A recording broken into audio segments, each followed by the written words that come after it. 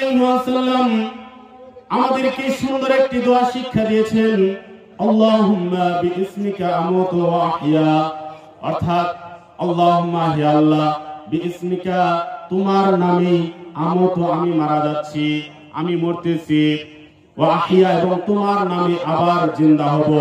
তার মানে আমরা কি রাতে যখন ঘুমাতে যাই প্রতিদিনই আমাদের মৃত্যু হয়, এরপরও নাকি অনেকে মৃত্যু সম্পর্কে গাফেল। রাসূলুল্লাহ সাল্লাল্লাহু আলাইহি ওয়াসাল্লাম আমাদেরকে মৃত্যুর ব্যাপারে সাবধান করেছেন, কারণ আমরা দুনিয়াতে এসেছি আমাদেরকে সকলকে মৃত্যুবরণ করতেই হবে। আমরা মরব না এমন কেউ নাই।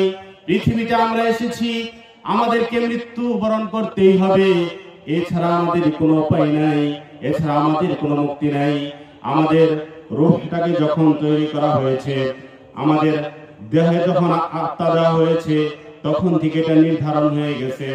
মায়ের পেটে যখন আমরা ছিলাম, যখন ৩৪-১২০ দিন ছিলাম, তখন সেই দিনই লেখা হয়ে গেছে আমাদের মৃত্যুবরণ করতে হবে। কোথায় মৃত্যুবরণ করব সেটাও লেখা হয়ে গেছে।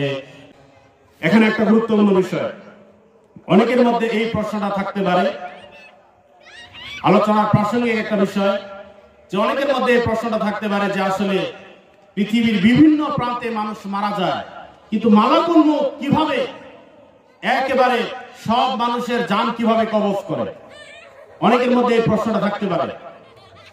তাফসীরের মধ্যে সুন্দর একটা ব্যাখ্যা রয়েছে যে মালাকুল মউতের কাছে সারা পৃথিবীর সমস্ত মানুষের রূহগুলো একটা প্লেটের মধ্যে রাখা খাবারের মতো। অর্থাৎ আমরা যখন প্লেটে খাবার রাখি আমাদের নিতে কষ্ট হয়? কষ্ট হয় না। ঠিক একইভাবে করে মালাকুল মউত যখন আমাদের রূহটাকে কবজ করবেন তার কোনো কষ্ট হবে না, 1 সেকেন্ডও দেরি করবে না। কাকরানের বলা ঠিক হবে না, তারপরে বলি, কাকরান অন্য একটা গ্রামের ধরেন একসাথে 1000 মানুষ মরে গেল, তারপরেও মালাকুল মউতের কোনো কষ্ট হবে না, যে জান কবজ করতে গিয়ে তার কোনো ব্যাগ পেতে হবে না, কোনো কষ্টই তার হবে না।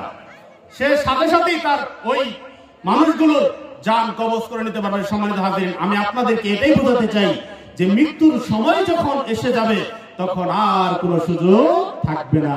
এজন্য মৃত্যুকে বেশি বেশি স্মরণ করতে হবে। মৃত্যুকে বেশি বেশি স্মরণ করলেই কেবলমাত্র আমরা ভালো আল্লাহর বান্দা হতে পারবো, আল্লাহর ভালো পরহেজগার বান্দা হতে পারবো। আল্লাহ তাআলা আমাদেরকে মৃত্যু সম্পর্কে সজাগ সচেতন থাকার তৌফিক দান করুন, আমরা সকলে বলি আল্লাহুম্মা আমিন। সম্মানিত হাজিরিন, যারা আমরা ঘুমাতে যাই, রাসূলুল্লাহ সাল্লাল্লাহু আলাইহি ওয়াসাল্লাম আমাদেরকে সুন্দর একটি দোয়া শিক্ষা দিয়েছেন, আল্লাহুম্মা বিইসমিকা আমুতু ওয়া আহইয়া, অর্থাৎ আল্লাহুম্মা হে আল্লাহ, বিইসমিকা তোমার নামে আমুতু আমি মারা যাচ্ছি, আমি মরতেছি, ওয়া আহইয়া এবং তোমার নামে আবার জিন্দা হব। তার মানে আমরা কি রাতে যখন ঘুমাতে যাই প্রতিদিনই আমাদের মৃত্যু হয়, এরপরও নাকি অনেকে মৃত্যু সম্পর্কে গাফেল। আমরা যখন ঘুমাতে যাই তখনই আমাদের এক ধরনের মৃত্যু হয়ে যায়।